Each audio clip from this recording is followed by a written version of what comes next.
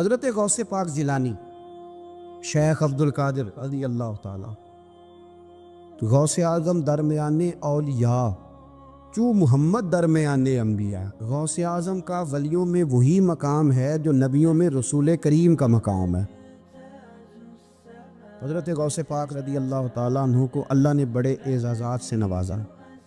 ایک اعزاز اللہ نے یہ دیا کہ ماں کی طرف سے حسینی ہے، باپ کی طرف سے حسنی سید.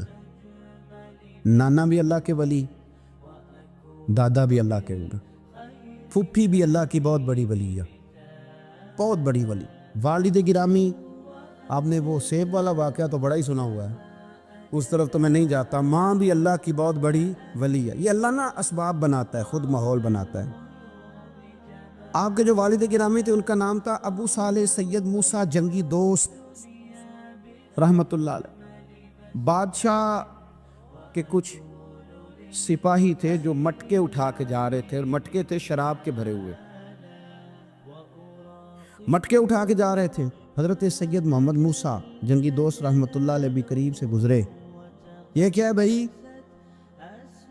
بدبو سے سمجھ تو گئے. تصدیق کے لیے پوچھا کیا ہے؟ انہوں نے کہا جناب یہ بادشاہ کا سامان لے کے جا رہے ہیں.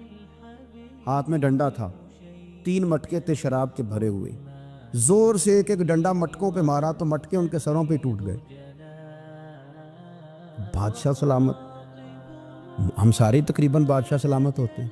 یہ کسی کی جرت ہے مطلب میرے گھر کے معاملے میں مداخلت کرے ہو؟ پھر بادشاہ ہو. لوگوں نے جا کے بڑی غیبتیں کی، بڑی بڑی کہانیاں سنائیں. اس نے تو توڑ دیا جی مٹکے آپ کے، نے کوئی حال نہیں چھوڑا.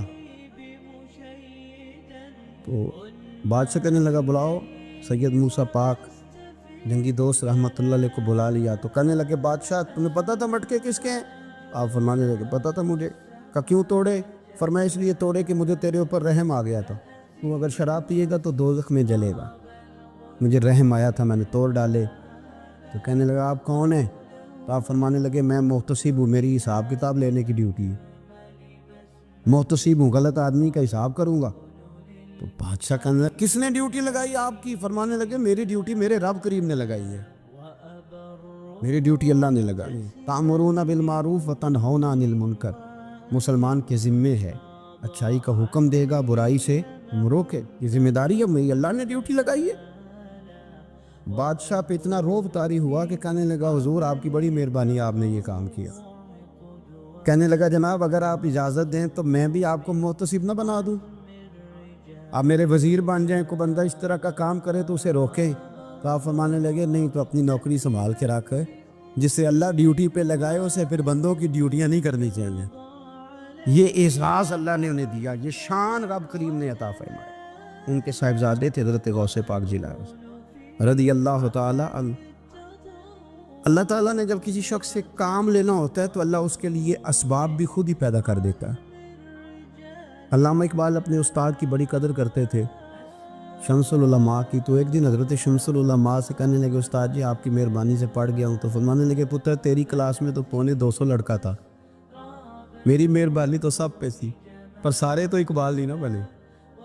فرمانے لگے تیرے اندر بھی کوئی خوبی تھی، اس کی وجہ سے اللہ نے تجھے یہ اعزاز، کوئی چیز تیرے اندر کے. اللہ تعالیٰ جب کسی بندے کو نوازتا ہے نا تو بندہ بھی محنت کرتا ہے، لیکن اس کی محنت سے زیادہ اللہ کے فضل کا دخل ہوتا ہے. تو بندے کئی دفعہ کہنے لگ جاتے ہیں بڑی مشقت کی، بڑی محنت کی، کچھ بھی نہیں ہوتا. زیادہ اللہ کے فضل کا انحصار ہوتا ہے، پر رب جیسے چاہتا ہے ویسے فیصلے دیتا ہے. آپ فرماتے ہیں کہ میں چھوٹا سا تھا، والد انتقال کر گئے، والدہ تھی میری اور ہم 2 بھائی تھے. فرماتے ہیں بچے کھیلنے کے لیے نکلے تو میں بھی ان کے پیچھے کھیلنے نکل گیا. ایک بیل بچوں کے قابو آ گیا. بچوں کے قابو کو چیز آ جائے تو پھر وہ اس کا جو حال ہوتا ہے وہ تو ہمیں پتہ ہی، ہم سارے بچے رہ چکے ہیں. تو کہتے ہیں وہ بیل قابو آ گیا، کوئی اس کے کان چھیڑتا، کوئی اس کی دم چھیڑتا، کوئی اس کے سینگ چھیڑتا، کوئی کسی جگہ سے اسے تنگ کرتا. مختلف بچے اس کو نا دم سے پکڑ کے ہلاتے، بیل بھاگتا. حضور غوث پاک فرماتے ہیں میں بھی آگے بڑھا، اور میں نے جب اس کی دم پکڑ کے ہلائی تو بیل نے میری طرف منہ کیا اور کہنے لگا عبد القادر تو نہ ایسے کر. بول کے کہنے لگا تو نہ ایسے کر، تجھے رب نے ان کاموں کے لیے پیدا نہیں فرمایا. آپ فرماتے مجھے اتنا خوف طاری ہوا، بیل کو بولتے دیکھا تھا پہلی دفعہ، بیل کو۔ اب میرے سنی کو بھی دلیلوں کی ضرورت ہوتی ہے نا، دلیل نہ دیں، کسی بزرگ کی بات سنائیں تو سنی بھی تھوڑا تھوڑا دائیں بائیں دیکھتا ہے۔ یہ شور ایسا ہوا ہے نا، پراپوگنڈا ایسا ہے۔ میں حدیث پاک سنا دیتا ہوں۔ رسول کریم صلی اللہ تعالیٰ علیہ وآلہ وسلم فرماتے ہیں ایک شخص نے بیل پہ سواری کر لی تھی۔ بیل سواری کے لیے نہیں پیدا کیا تھا، سواری کے لیے اونٹ ہیں، خچر ہیں، گھوڑے ہیں، گدھے ہیں، بیل کھیتی باڑی کے لیے۔ اس شخص نے جب بیل پہ سواری کی تو بیل پیچھے مڑ کے دیکھنے لگا اور کہنے لگا یار تو بڑا بیوقوف ہے، بول کے کہنے لگا مجھے اللہ نے سواری کے لیے نہیں پیدا کیا، میرے سے وہ کام لے جس لیے میں پیدا کیا گیا ہوں۔ تو بندہ ڈر گیا، کہنے لگا بڑی حیرانگی والی بات نہیں کہ بیل بولتا ہے، تو بیل پھر بول پڑا۔ کہنے لگا اس سے بھی زیادہ حیرانگی والی بات ہے۔ اس نے کہا وہ کیا؟ کہنے لگے مدینے میں نبی پاک آ گئے ہیں اور تو نے ابھی تک کلمہ ہی نہیں پڑھا، یہ اس سے بھی زیادہ حیرانگی والی بات ہے۔ جامع المعجزات میں حدیث موجود ہے، حضور آ گیا اور تو نے کلمہ ہی نہیں پڑھا۔ وہ شخص کہتا ہے میں سر پٹ دوڑا، جب آ کے سامنے کھڑا ہوا تو حضور مسکرائے اور میں آ جا پڑھ لے کلمہ، مجھے پتا ہے تجھے کس نے بھیجا ہے۔ اللہ والوں کی باتیں مان لیا کریں۔ میں بڑی ذمہ داری سے کہتا ہوں رب کریم کے کوئی بندوں کی بات کتاب و سنت کے خلاف نہیں ہوتی، وہی تو کتاب و سنت آگے پہنچانے والے ہوتے۔ تو حضور غوث پاک فرماتے ہیں میں وہ ڈر کے گھر آیا، جب گھر پہنچا تو میرے کانوں میں آواز آ رہی تھی لبیک اللہم لبیک لبیک لا شریک لک لبیک۔ فرماتے میں چھت پہ چڑھا اور میں نے جیلان میں اپنی چھت پہ کھڑے ہو کے دیکھا تو حج کے دن تھے، میری سیدھی نظر میدان عرفات پہ گئی۔ لوگ میدان عرفات میں بیٹھ کے لبیک لبیک پڑھ رہے تھے۔ پہلے میں وہاں سے ڈر کے آیا، پھر چھت سے ڈر کے نیچے اترا، ماں کو ساری بات بتائی تو کہتی میری ماں کہنے لگی بیٹے جب تو پیدا ہونے والا تھا تو مجھے بڑی بشارتیں ملتی۔ فرماتے ہیں ماں نے نا کھولا بکسا صندوق تو 80 دینار نکالے۔ فرمایا پتر تم 2 بھائی ہو اور تمہارا باپ کل جاگیری 80 دینار چھوڑ گیا، 40 تمہارے 40 تمہارے بھائی کی۔ فرمایا بیٹا ایک بات کا خیال رکھنا، میں اور تو تمہارا باپ کوئی نہیں، بھائی چھوٹا ہے، میں پیچھے نہیں آ سکتا، یہ 40 دینار لے جا اور جا بغداد چلا جا، جا کے تعلیم حاصل کر، بیٹے میں پہنچ نہیں سکتی، خیال رکھنا۔ غوث پاک فرماتے ہیں 12 سال میں نے تعلیم حاصل کی یارو، میں نے پتے بھی کھائے، اور خود آپ کا فرمان موجود ہے، فرماتے ہیں ایسی سختیاں بھی دیکھیں، ایسی سختیاں بھی دیکھیں کہ پتھروں اور پہاڑوں پہ گزرتی تو شاید پگھل جاتے، لیکن میں نے اپنے نبی کا دین پڑھا۔ اب تو پیر کے گھر میں جو پیدا ہوتا ہے وہ علم لدنی والا ہوتا ہے، افسردہ پتر ہے، او خدا کے بندے صبر کر۔ اگر غوث پاک حسنی حسینی سید ہو کے باقاعدہ پھٹی پہ بیٹھ کے پڑھتے ہیں، تو کس پیر کا مرید ہو گیا جسے علم ہی کوئی نہیں، جو جاہل آدمی ہے؟ یہ ضروری ہے، علوم دینیاں ضروری ہیں، اس کے بغیر کام نہیں چلتا۔ اور غوث پاک رضی اللہ تعالیٰ عنہ کی آپ پوری زندگی پڑھ کے دیکھ لیں، غوث پاک تمام اولیاء کے امام ہیں، ساری زندگی۔ غوث اعظم سے کسی نے پوچھا آپ نے سب سے زیادہ دین کا کام کس طرح کیا، تو فرماتے ہیں تقریر کے ذریعے۔ اب تقریر کرنے والا مولوی ہوتا ہے اور تویز دینے والا، سبحان اللہ۔ غوث پاک رضی اللہ تعالیٰ عنہ فرماتے ہیں میں نے دین کا سارا کام کس ذریعے سے کیا ہے؟ ہفتے میں 3 جلسے کرتے تھے اور 70 ہزار کا مجمع ہوتا اور بغیر لاؤڈ سپیکر کے تقریریں ہوتی، اور فرماتے ہیں جیسی سمجھ پہلے بندے کو آتی تھی ویسی آخری والے کو آتی تھی۔ لوگوں نے کہا حضور یہ کرم کیسے ہوا؟ فرمانے لگے میں نے جب تعلیم حاصل کر لی تو بولنا آتا ہی نہیں تھا، تو میں بڑا پریشان، ایک دن سو گیا تو خواب میں رسول کریم کا دیدار نصیب ہوا۔ ان نے فرمایا تو واز کیا کر، تیرے واز سے لوگوں کو فائدہ ہوگا۔ یا رسول اللہ میں اجمی بندہ ہوں، لوگوں کے سامنے کیسے بات کروں گا؟ تو حضور نے فرمایا منہ کھولنا ذرا۔ کہتے میں نے منہ کھولا تو محبوب نے 7 دفعہ لعاب دہن ڈالا میرے منہ۔ آپ فرماتے ہیں پھر بولتا میں تھا، اثر کوئی اور پیدا کر دیتا۔ حضور غوث پاک رضی اللہ تعالیٰ عنہ نے 40 سال دین کا کام کیا۔ صبح کے وقت فقہ کا درس دیتے تھے، فجر کے بعد کچھ دیر کا ناشتہ کرتے سو جاتے، پھر آ کے مدرسے میں پڑھاتے باقاعدہ بچوں کو۔ غوث پاک رضی اللہ تعالیٰ عنہ کی سیرت پر آپ ساری کتابیں پڑھ لیں، ساری کتابیں لو، میں نے بھی بڑا ہی دعویٰ کر دیے، یعنی ساری کتابیں جتنی اب تک چھپی ہوئی ساری پڑھ لو، کہیں نہیں ملے گا کہ ہم غوث پاک کے آستانے پہ گئے۔ غوث پاک کسی بندے نے یہ نہیں کہا ہم غوث پاک کے آستانے پہ گئے، غوث پاک کے دربار پہ گئے، سب نے یہی لکھا ہے کہ ہم حضور غوث پاک کے مدرسے میں گئے۔ ہمارے نا مدرسوں میں سبق تقسیم ہوتے ہیں، سال جب شروع ہوتا ہے نا تو سبق تقسیم ہوتے ہیں، ہمارے مدرسے میں بھی تقسیم کرتے ہیں ہمارے مولانا۔ آپ حدیث پاک پڑھائیں گے، فلانا استاد منطق پڑھائے گا، فلانا فلسفہ پڑھائے گا، فلانا یہ سبق تقسیم ہوتا ہے، فلانا قرآن، فلانا حدیث، فلاں فقہ۔ تو غوث اعظم کے مدرسے کے جو ناظم تعلیمات تھے وہ کہنے لگے حضور سبق بانٹنا ہے تو آپ کو کون کون سا سبق دے دیں، کون کون سا پیریڈ پڑھائیں گے؟ تو آپ فرمانے لگے نہیں، پیریڈ رہنے دو۔ حضور پھر فرمایا اس طرح کرو، لائق لائق بچے تم رکھ لو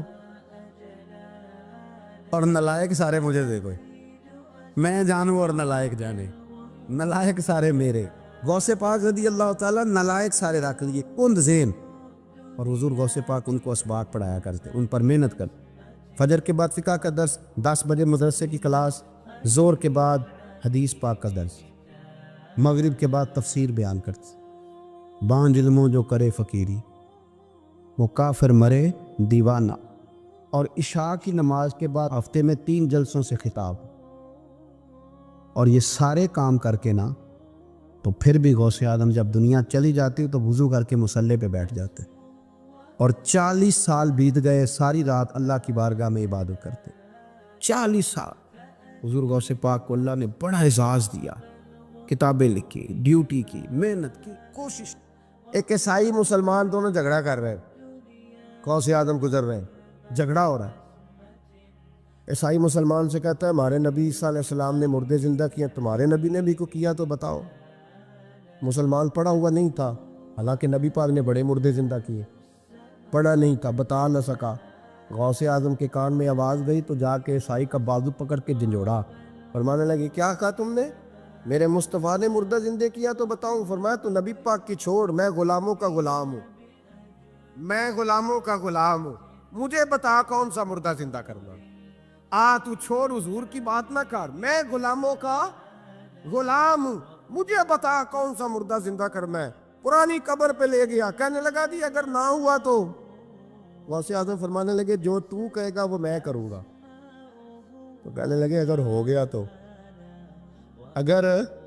تو غوث اعظم کہنے لگے نہ میرے خانقاہ پہ جھاڑو دینا، نہ میرے برتن مانجنا، نہ میرے گھر کا سودا لانا، اگر زندہ ہو گیا تو بس میرے نبی کا کلمہ پڑھ جانا، بس میرے رسول کا کلمہ پڑھ جانا۔ اللہ اکبر۔ اس نے جو سب سے پرانی قبر تھی نا، وہ کہتا ہے یہ ہمارے دادا نے بھی نہیں دیکھا تھا بندہ کون ہے، اس قبر پہ کھڑا ہو کہنے لگا اس کو زندہ کرے۔ تو غوث اعظم رضی اللہ تعالیٰ عنہ قبر کے سرانے کھڑے ہوئے تو دعا کرنے لگے، کہنے لگے مولا اپنے لیے نہیں، تیرے رسول کے لیے۔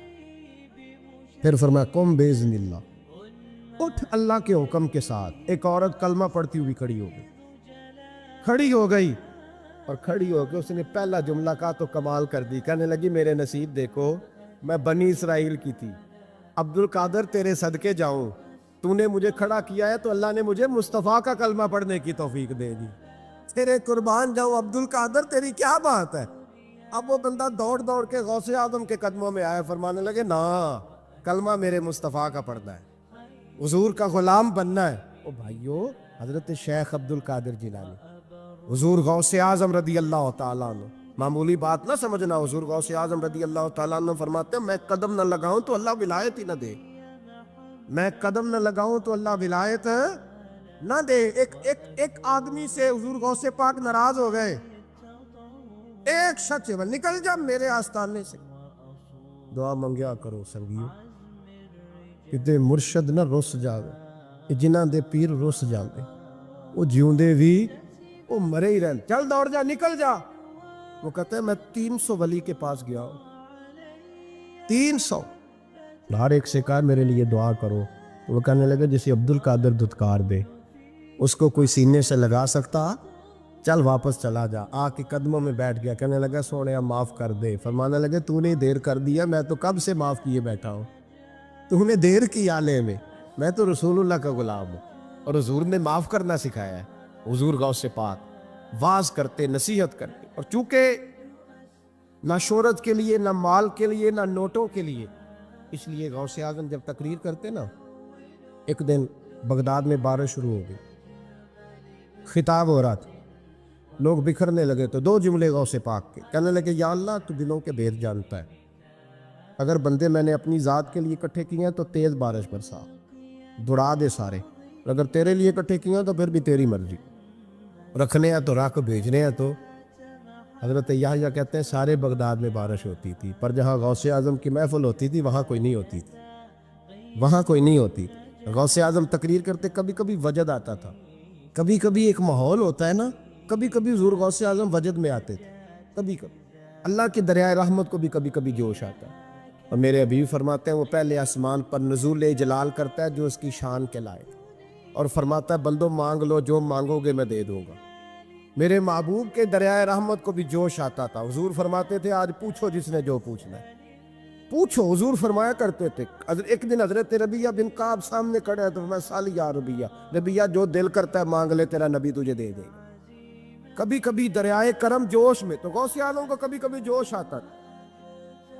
ایک دن تقریر کرتے کرتے کرتے کرتے جذبات میں آ گئے، جوش میں، یوں نظر اٹھائی تو حضرت خضر گزر رہے تھے اوپر سے، اور جوش جذبات میں فرمانے لگے او بنی اسرائیل کے ولی، ذرا نیچے تو اتر، ذرا محمد عربی کے غلام کی بھی چند باتیں سن کے جا، تجھے سناؤ رسول اللہ کے غلام کس طرح کے ہوتے ہیں۔ عالم وجد میں، کیف میں تھوڑی دیر گزری تو تڑپنے لگی۔ مجمع پہ سکوت طاری، لوگ سمجھ نہیں رہے ہو کیا رہا۔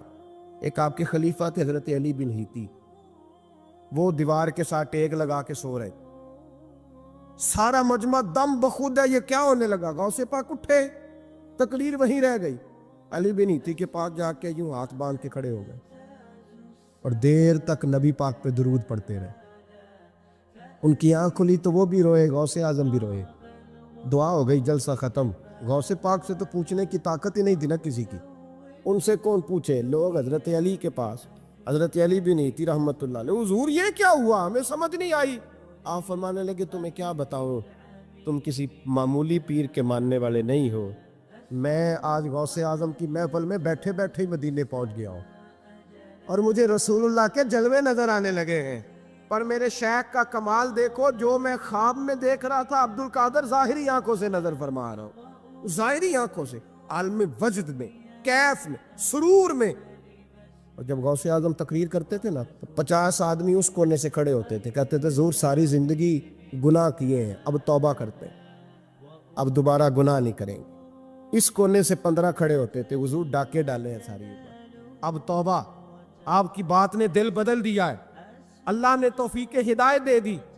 ادھر سے 10 کھڑے ہوتے، حضور سود کا دھندا، چوری کا دھندا، آج کے بعد توبہ۔ ایک بزرگ تھے حضرت یحییٰ بن نجا ان کا نام تھا، وہ کہتے ہیں میں نے سوچا روز بندے توبہ کرتے ہیں، آج میں گنوں نہ کہ ایک محفل میں کتنے کرتے ہیں، آج گنوں نہ۔ اب تو کاؤنٹنگ کے مختلف ذرائع ہیں نا، کیلکولیٹر ہے، باقی چیزیں۔ اس زمانے میں یہاں گٹھلیاں ہوتی تھی کھجور کی، بندے کچھ چیز گننی ہوتی تو گٹھلی ڈالتے، یا لوگ دھاگا لے جاتے تھے، ہر دھاگے پہ گرہ لگاتے تھے، ایک گرہ دوسری گرہ۔ وہ کہتے ہیں میں نے نا اپنے پلو کے چادر کے نیچے دھاگا چھپا لیا، ایک بندہ توبہ کرنے اٹھاتے تو گرہ ڈال دی، دوسرا اٹھا تو دوسری گرہ ڈال دی، تیسرا اٹھا تو تیسری۔ کہتے ہیں اچانک بندے زیادہ ہو گئے، اب میری سپیڈ ہی بڑی کم تھی، میں کوشش بڑی کرتا پر بندے زیادہ۔ کہتے ہیں بڑی کوشش کی پر میں پورا ہی نہ ہوں۔ کہتے ہیں جب میں تھک گیا نا اور تھوڑا سا میرا سانس بھی پھولنے لگا، پریشان بھی ہوا، تو غوث پاک نے میری طرف دیکھا اور دیکھ کے مسکرائے، اور مسکرا کے فرمانے لگے یحییٰ میں دلوں کی گرے کھولتا جا رہا ہوں، تو بند کرتا جا رہا ہے، میں گرہ کھول رہا ہوں، تو گرے لگا رہا ہے، اور چھوڑ دے یار، تجھ سے نہیں گنا جائے گا۔ یہ عبد القادر کی وجہ سے توبہ نہیں کر رہے، خدا کے فضل کی وجہ سے کر رہے، اور اللہ کا فضل گنا جا سکتا نہیں، شمار کیا جا سکتا، فرمایا نہ کر۔ آپ نے 40 سال لوگوں کو تبلیغ فرمائی، ہزاروں یہودیوں نے کلمہ پڑھا، لاکھوں نے۔ عیسائیوں کا بڑا عالم تھا، وہ کہتا ہے میں پوری انجیل پڑھتا تھا، جتنے نسخے تھے سب مجھے یاد سے، لیکن میں متاثر ہو گیا اسلام سے۔ یمن کا رہنے والا تھا، میں نے ایک ٹھان لی اس کے ہاتھ پہ کلمہ پڑھنا ہے جو اس وقت نبی پاک کی امت میں سب سے زیادہ شان والا ہو۔ کہتے ہیں میں سویا تو خواب میں جناب عیسیٰ کا دیدار ہوا، اور مجھے کہنے لگے تلاش کرنے کی ضرورت ہی کوئی نہیں، بغداد چلا جا۔ بغداد حضور غوث پاک کی بارگاہ میں، فرمانے لگے اس وقت نبی پاک کی امت میں سب سے زیادہ شان اللہ نے حضور غوث اعظم کو عطا فرمائی، شیخ عبد القادر جیلانی رضی اللہ تعالیٰ غوث پاک۔ ہم کوئی دیوانے لوگ نہیں، یا ہمیں شعور نہیں، کہ ہمیں عقل نہیں. غوث اعظم نے 40 سال عشاء میں وضو کیا اور فجر تک اللہ کی عبادت.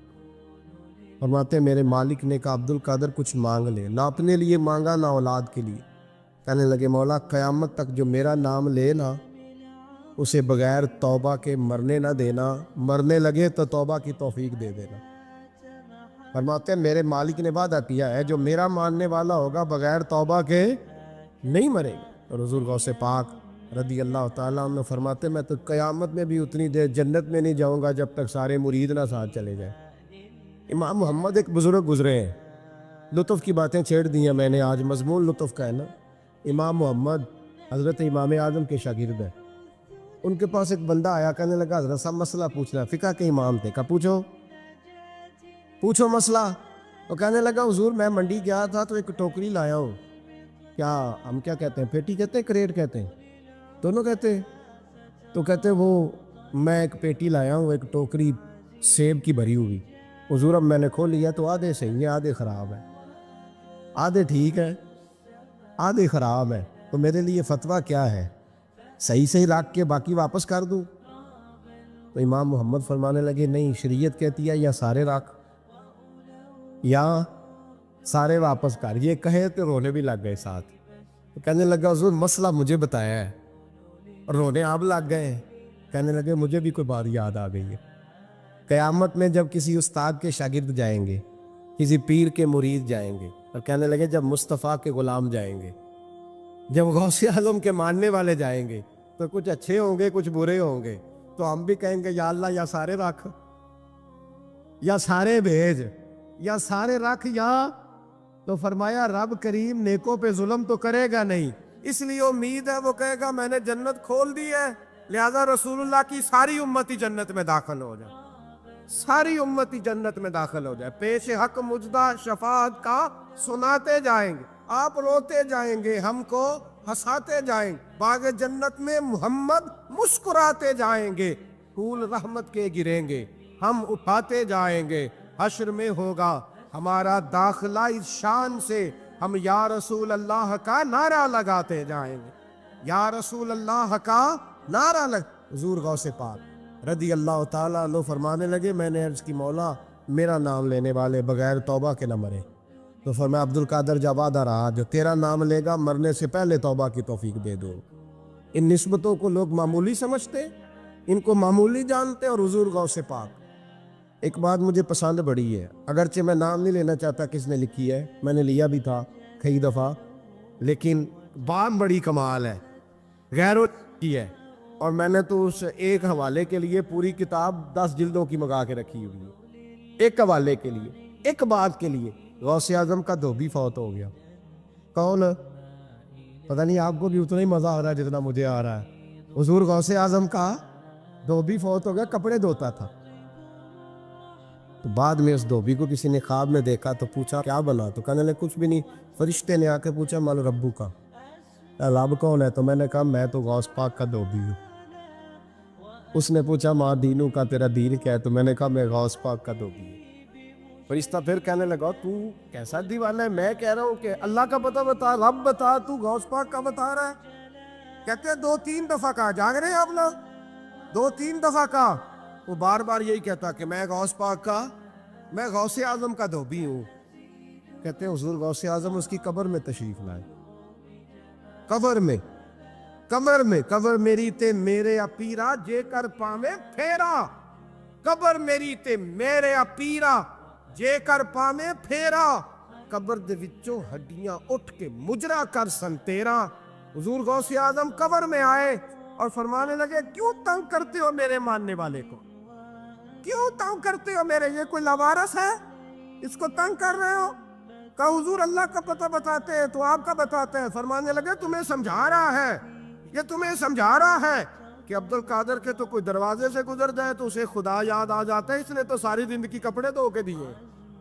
یہ تمہیں بتا رہا ہے کہ مجھے رب بھولا, ان کے تو گلی سے گزر جائے تو اللہ اللہ کرنے لگتا ہے, اور میں نے ساری زندگی کپڑے دھوئے ہیں, میں نے ساری زندگی ڈرائیوری کی ہے, میں نے ساری زندگی نوکری کی ہے, میں تابع دار رہا ہوں, مجھے ہی رب بھول گیا ہے.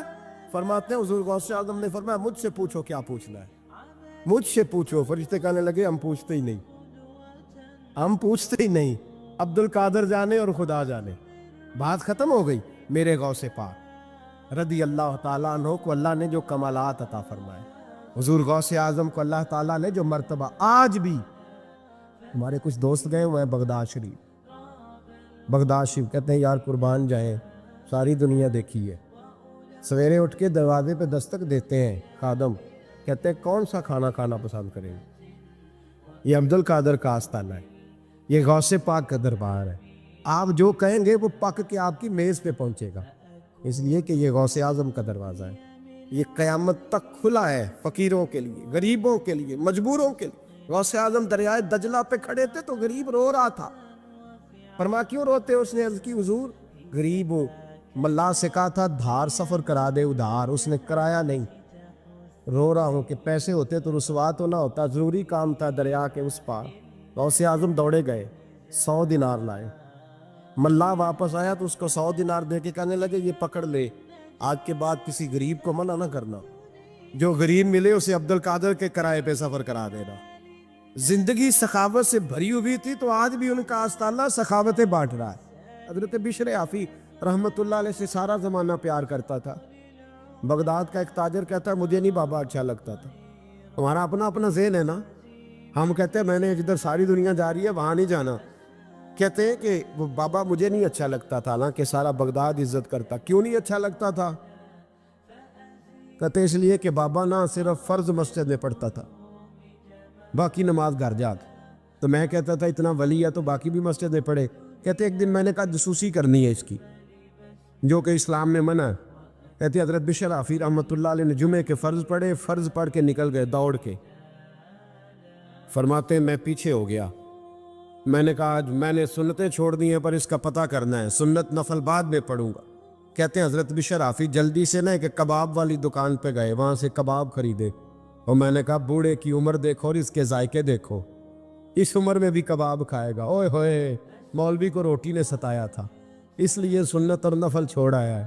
کہتے تھوڑا سا وہ آگے بڑھے تو نان بھائی کی دکان سے نا نان خریدے. میں نے کہا دیکھو یار, دیکھو اس کے ذائقے, گرم نان کھائے گا. بہت سارے لوگ بغداد میں رات کی روٹی کھاتے پر یہ گرم کھاتا ہے. کہتے ہیں حضرت وہ نان اور کباب لے کے نا جنگل کی طرف مڑے تو میرے دل میں خیال آیا یار بڑا ہی اس آدمی کا عجیب ذہن ہے, یہ اب سبزے پہ بیٹھ کے یہاں موج کرے گا, کھائے پیے گا, اور سنت نفل چھوڑ دی, اللہ ہزاروں مرید ہیں. کہتے ہیں حضرت جنگل میں داخل ہوئے, تھوڑا سا سفر کیا تو کچی آبادی آ گئی. کچی آبادی, ایک کچے مکان کی ٹوٹا ہوا دروازہ, باہر سے کنڈی لگی. بغداد کے ننگے پاؤں چلنے والے ہزاروں مریدوں کے اس پیر نے کنڈی کھولی, اندر گئے, ایک فالج زدہ بابا جی بیٹھے. کہتے حضرت بشر عافی نے اپنی پگڑی کھولی اور اس آدمی کے منہ سے پانی نکل رہا تھا, رال ٹپک رہی تھی. کہتے پہلے اپنی پگڑی سے منہ صاف کیا, پھر پیالے سے پانی ڈال کے منہ دھویا, پھر حضرت اس کے ٹانگوں پہ کپڑا ڈال کے روٹی کا لقمہ توڑ کے اس کے منہ میں ڈال کے کہنے لگے بابا ناراض نہ ہونا, جمعے والے دن مجھے دیر ہو جاتی ہے, ابھی تو میں نے سنت اور نفل بھی پڑھنے ہیں, ناراض نہ ہونا مجھے دیر ہو جاتی ہے. کہتے ہیں وہ بابا رو پڑا اور کہنے لگا بشر یار 14 سال ہو گئے تو روز آتا ہے. 14 سال, یہ 1 صدی کا قصہ ہے, 2-4 برس کی بات نہیں. 14 سال سے تو روز آتا ہے. میں پتہ نہیں کب تک لاش بنے پڑا رہوں گا, تو کب تک آئے گا؟ حضرت بشر عافی نے بابے کے آنسو پوچھ کے کہا بابا فکر نہ کر, آج کے بعد یہ جملہ نہ کہنا کہ تو میرے لیے بوجھ ہے. فرمایا لوگ سمجھتے ہیں کہ میں نے عبادت کر کے مقام پایا ہے, لوگ سمجھتے ہیں میں نوافل زیادہ پڑھتا ہوں, دنیا جانتی ہے کہ میری رات کی تسبیح زیادہ مضبوط ہے, پر میں ان میں سے کوئی بات بھی نہیں. میں تو تیری نوکری کرتا ہوں تو اللہ نے میری عزتوں میں اضافہ فرما دیا ہے. سوچ ہی صاف نہیں, نظریہ ہی ٹھیک نہیں, فکر ہی ٹھیک نہیں. اسلام نظریے کا مذہب ہے, سوچ کا. مسند امام احمد بن حنبل کی حدیث سنیں, حضرت انس بن مالک فرماتے ہیں جب انسان نے روزہ رکھا ہوتا ہے نا تو روح ویسے ہی پاک ہوتی ہے اس کی. میں نے یہ سوچا کہ کچھ باتیں ایسی کی جائیں جس سے تھوڑی سی سوچیں بھی تبدیل ہو, کچھ سوچوں کا وضو, سوچوں کا غسل, افکار و نظریات کی بھی بات ہو. ہم سمجھتے ہیں کہ شاید کثرت عبادت اصل ہے. اقبال کہتے ہیں یہ ذکر نیم شبی، یہ مراقبے، یہ سرور، تیری خودی کے اگر نگہباں نہیں تو پھر کچھ بھی نہیں ہے.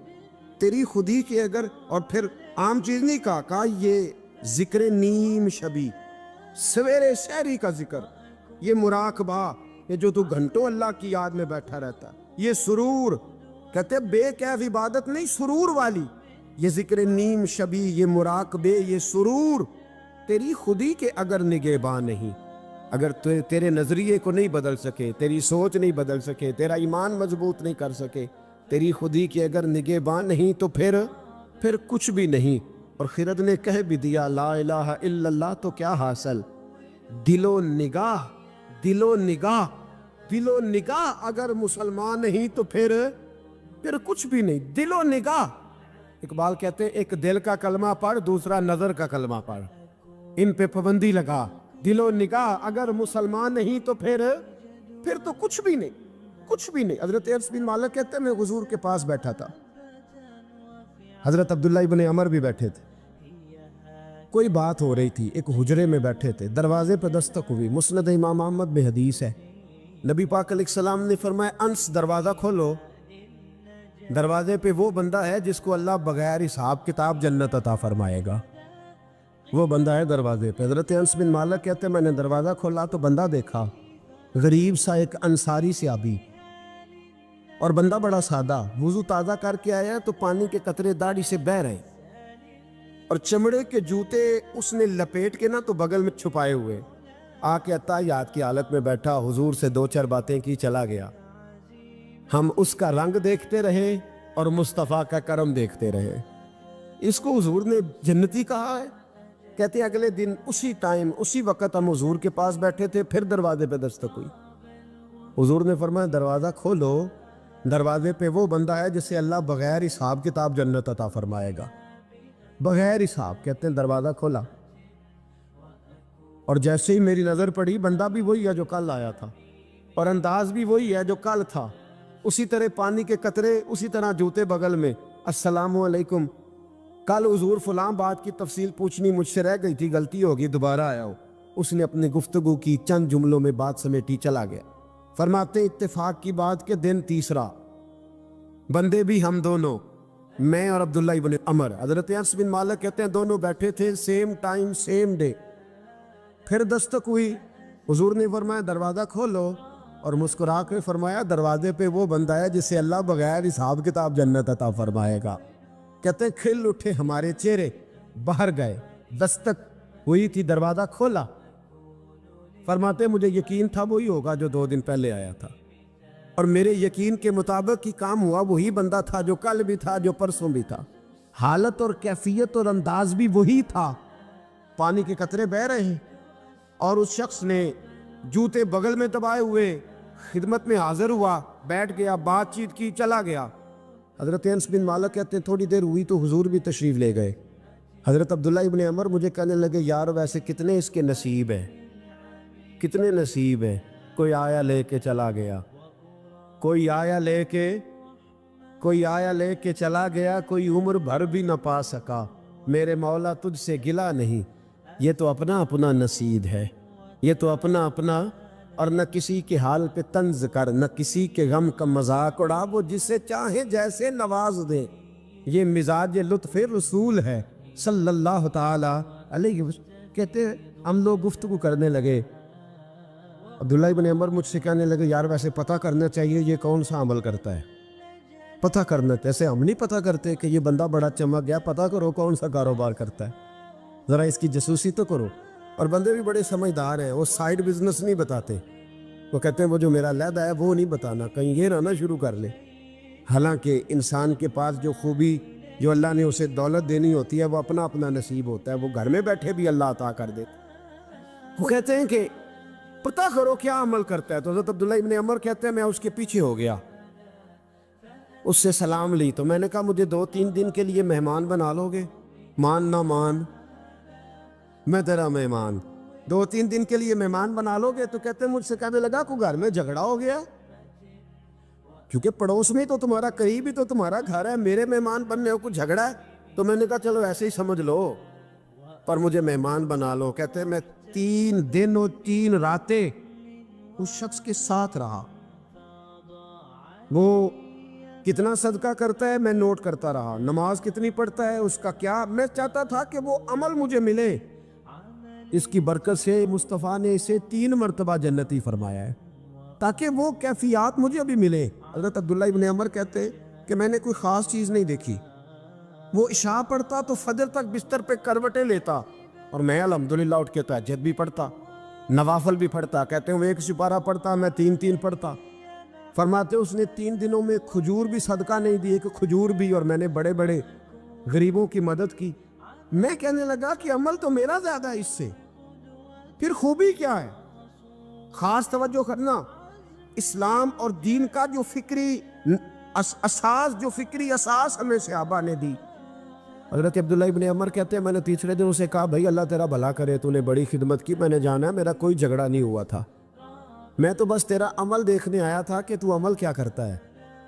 تو وہ صحابی کہتے ہیں مجھے کہنے لگے یار تو میرا عمل دیکھنے آیا تھا, مجھے بتا تو صحیح کیا انہیں, اور کیوں دیکھنے آیا میرا عمل, تجھے کیا ضرورت پڑی میری جاسوسی کی. تو کہتے ہیں مجھ سے جب اس نے سوال کیا تو میں نے اس کو کہا بھائی تو 3 دن آیا ہے نا, ہم بیٹھے ہوئے تھے. کہا ہاں میں آتا رہا ہوں. کہا 3 دن نبی پاک نے فرمایا اللہ تجھے بغیر حساب کتاب جنت عطا فرمائے گا. تو میں چاہتا تھا کہ میں ذرا جاسوسی کروں, ذرا دیکھوں, کھوج لگاؤں کون سا ایسا عمل ہے. آج بھی ذرا دھیان دیجئے گا, کون سا ایسا عمل ہے. حالانکہ تو عشاء پڑھتا ہے اور اٹھ کے فجر پڑھتا ہے, میں تہجد بھی پڑھتا ہوں, تیرا سپارہ ہے کہ میرے 3 ہے. کون سا ایسا عمل ہے جس کے سبب تجھے جنت ملے گی. کہتے ہیں وہ صحابی کہنے لگے یار کوئی ایسا عمل نہیں, کوئی شے نہیں, میں اس قابل ہی نہیں. من نانم کے من دانم, جو میں ہوں مجھے پتا ہے. کہا پھر کوئی بات تو ہوگی, تیری مہربانی بتا دے, میں نے 3 دن 3 راتیں محنت کی ہیں, بتا دے. کہتے ہیں وہ کہنے لگے اگر تجھے بتاؤں نا تو پھر سن. میں جب رات کو سوتا ہوں تو اپنے دل پہ نظر ڈالتا ہوں, اور سویرے جب اٹھتا ہوں تو پھر اپنے دل پہ نظر ڈالتا ہوں, موبائل پہ نہیں, کنجی پہ نہیں کہ چابیاں کدھر ہیں, بٹوے پہ نہیں. میں رات کو سوتے ہوئے بھی اپنے دل پہ نظر ڈالتا ہوں, سویرے اٹھتے ہوئے بھی میں سب سے پہلے اپنے دل پہ نظر ڈالتا ہوں. فرماتے ہیں الحمدللہ میرے دل میں کسی کا حسد نہیں ہے, کسی کے بارے میں کوئی کینہ نہیں, کوئی کسی کے بارے میں میل نہیں. میں اللہ کے ہر بندے کے بارے میں سوچ, نظریہ, فکر اچھی رکھتا ہوں. اور فرمایا میں تیرے بارے میں بھی عبداللہ یہی سوچتا ہوں کہ تو مجھ سے زیادہ نیک ہے. الحمدللہ اس وقت بھی میرا ذہن یہ ہے کہ انس بن مالک مجھ سے زیادہ پرہیزگار ہے. اس وقت بھی میری سوچ یہ ہے کہ محبوب کے سب صحابہ میں سب سے کمزور میں ہی ہوں. نابد عبداللہ ابن عمر کہتے ہیں میں نے اس کا ہاتھ چوما, میں نے کہا سمجھ آ گئی ہے, تیرا نظریہ, تیری سوچ پکی اور سچی مسلمان ہے, تو دل اور روح کا مسلمان ہے, تو نظر اور روح کا مسلمان ہے. یہ سبب ہے کہ اللہ کے رسول نے زمین پر چلتے ہوئے بھی تجھے 3 دفعہ جنت کی بشارت عطا فرما دی.